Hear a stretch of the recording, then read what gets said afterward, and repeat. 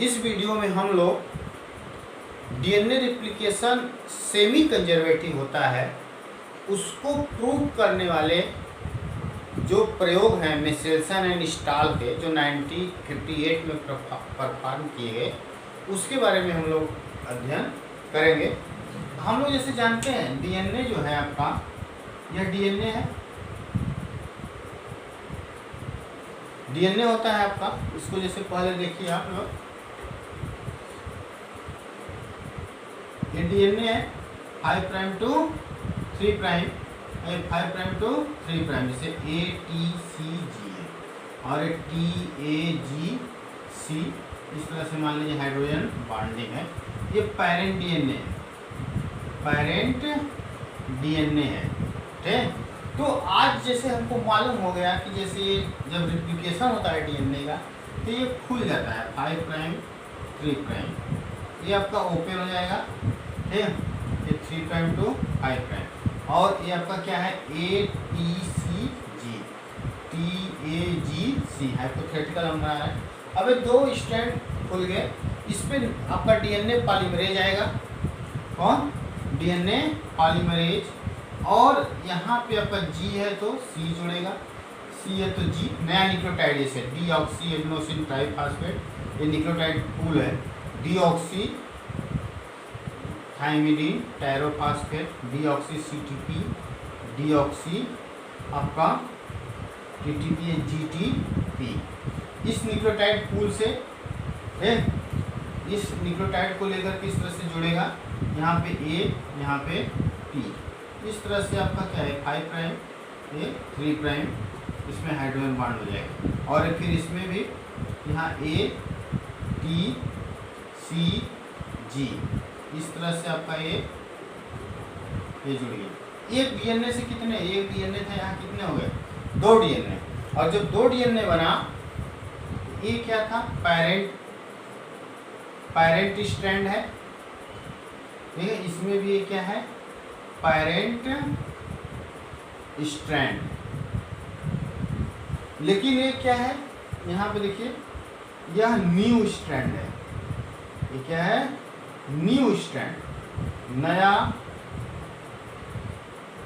Strand है, ठीक है। तो इस तरह से जो नया आपका ये जो डाटर डीएनए मॉलिक्यूल बना, डाटर डीएनए मॉलिक्यूल, इस डीएनए मॉलिक्यूल में आधा तो पेरेंट जैसा है, ये देखिए ब्लू, और आधा नया बना है। तो इसलिए हम कहते हैं कि जो डीएनए का रिप्लिकेशन होता है वो सेमी कंजर्वेटिव होता है।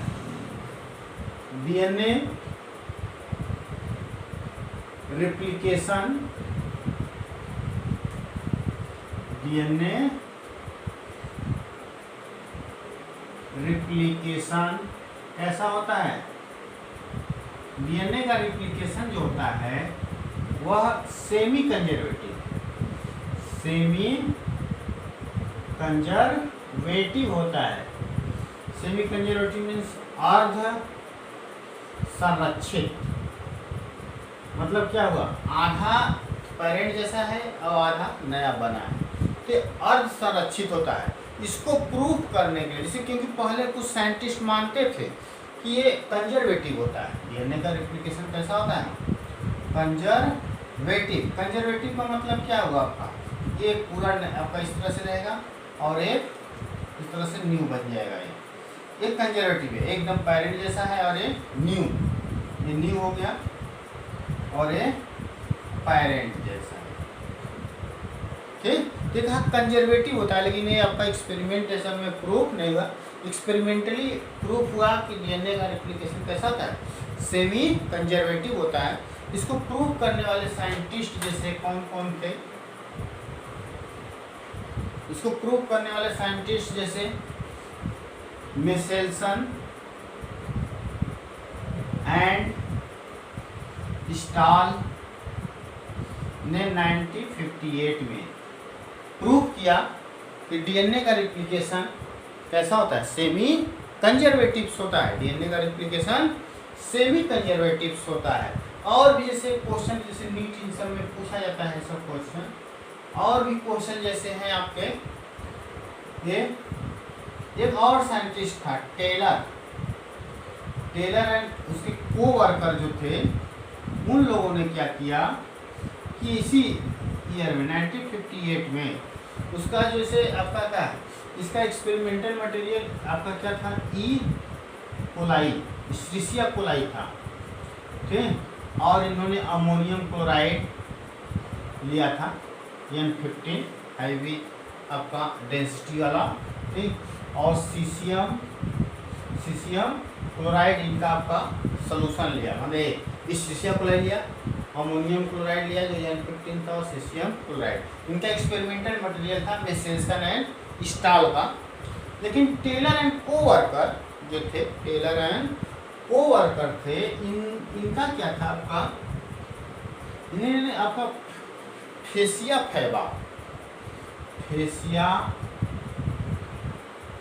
फैबा जो था ब्रॉड बीन, सेम की वैरायटी होती है, ब्रॉड बीन लिया। और ये तो एक्सपेरिमेंटल मटेरियल था, और उसमें आपका थायमिडीन रेडियो एक्टिव आइसोटोप, थायमिडीन जो आपका रेडियो एक्टिव आइसोटोप का प्रयोग किया, radio active isotope, radio active माने रेडियोधर्मी आइसोटोप, रेडियोधर्मी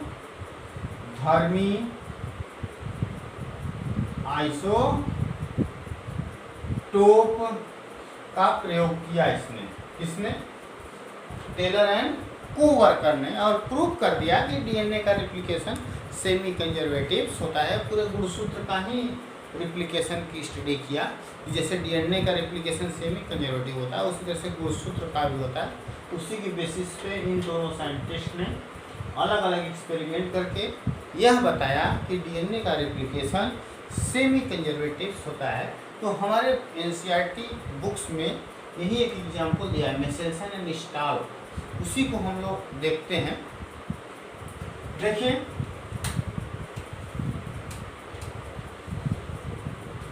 तो एक्सपेरिमेंट हम लोग पढ़ते हैं, मेसेल्सन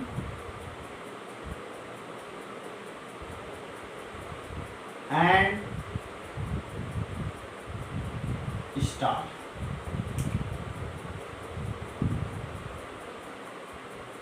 मेसेल्सन और स्टाल का एक्सपेरिमेंट है, और उसके बाद हम इनका वो भी देख लेते हैं कौन सा एक्सपेरिमेंटल मटेरियल था। इन्होंने इस्ट्रिसिया कोलाई लिया, ई कोलाई, ठीक, और अमोनियम क्लोराइड लिया 15, और सीसियम क्लोराइड, सीसियम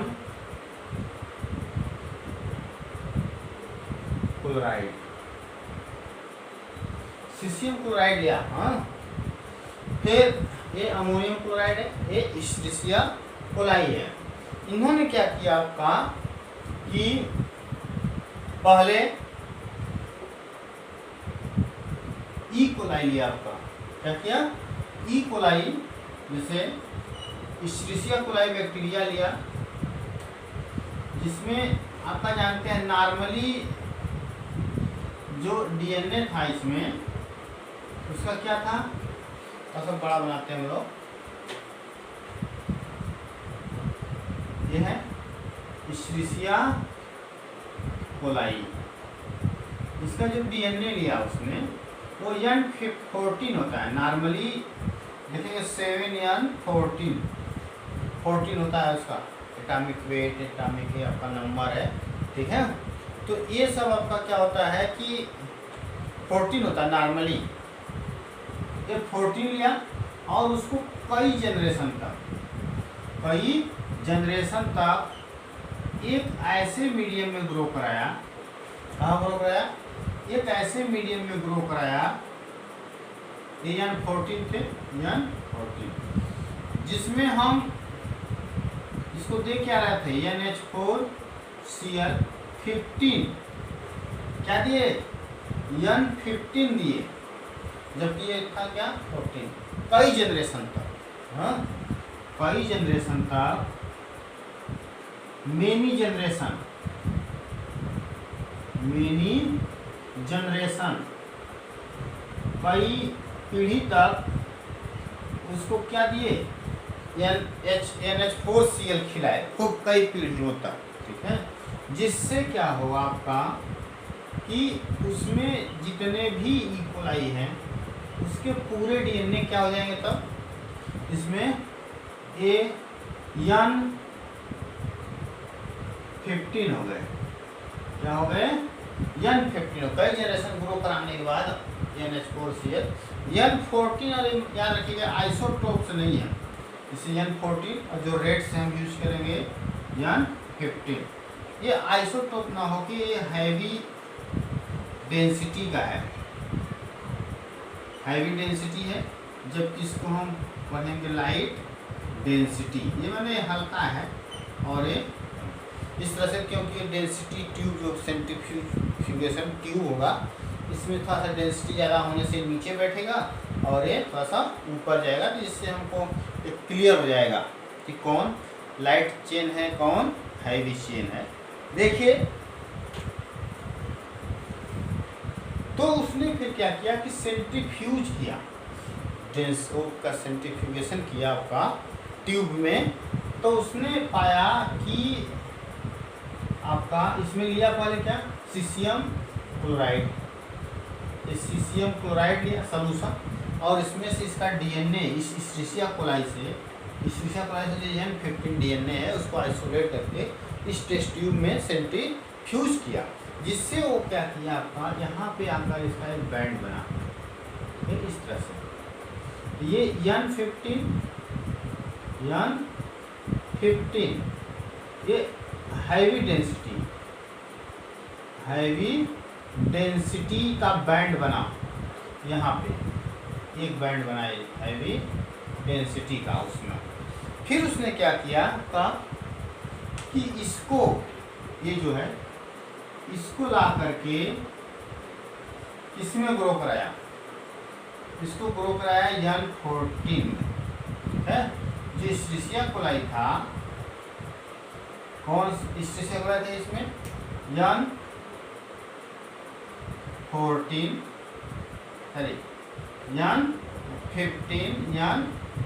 N15। अब यहाँ पे जो कल्चर मीडियम संवर्धन मीडियम प्रयोग किया उसने, उस संवर्धन मीडियम में वो N14 दिया, नॉर्मल N14 दिया इसको खाने के लिए, भाई तो N14 खाओ, ठीक है। तो फिर क्या होगा आप जानते हैं, जैसे बैक्टीरिया है, ये क्या है, बैक्टीरिया है मान लीजिए, इसका अपना एक क्या है DNA है, ठीक।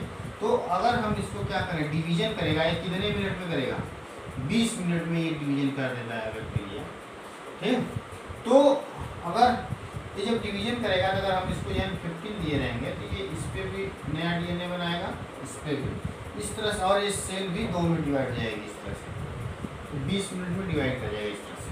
और अगर हम N15 दिए हैं जैसे ये है आपका, एक DNA इसमें भी चला जाएगा, ये इस तरह से, ये 20 मिनट में डिवाइड कर जाती है इस्ट्रिशिया कोलाई।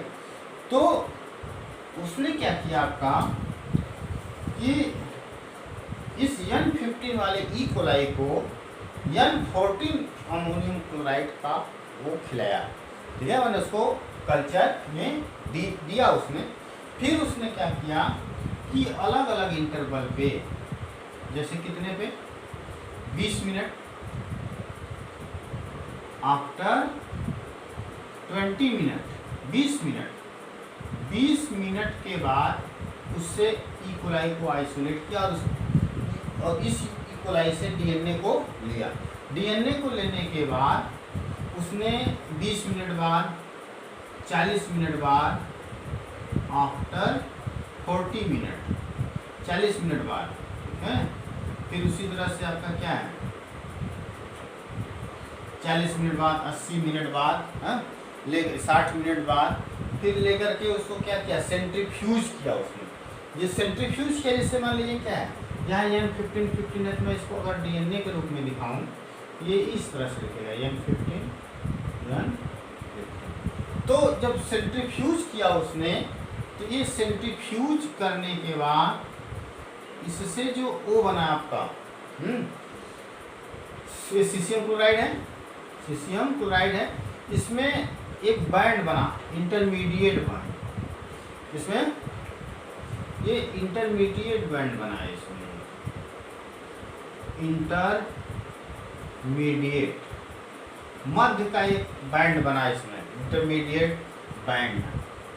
इसका मतलब क्या हुआ देखिए, इसका मतलब इसको N14 दिए थे, अगर वैसे हम ड्रा करें इसको, ये एक डीएनए मॉलिक्यूल है, तो इस पर हम N14 देंगे तो इस पर भी N14 बनेगा, इस पर भी। इस तरह से यहाँ पे क्या बनेगा आपका, ये है N14 और ये N15 इस तरह से दो डीएनए मॉलिक्यूल बने। कितने मिनट बाद? 20 मिनट बाद, क्योंकि एक सेल से दो सेल में डिवाइड कर गई हो। फिर उसने क्या किया कि 40 मिनट बाद, कितने मिनट बाद? 40 मिनट बाद, 40 मिनट बाद उसने फिर क्या किया कि फिर डीएनए को आइसोलेट करने के बाद 40 मिनट बाद किया, तो उसको क्या मिला, उसको फिर मिला आपका 40 मिनट बाद आपका इसको एक लाइट बैंड भी मिला। जैसे आप कहते हैं एक इंटरमीडिएट था, ये इंटरमीडिएट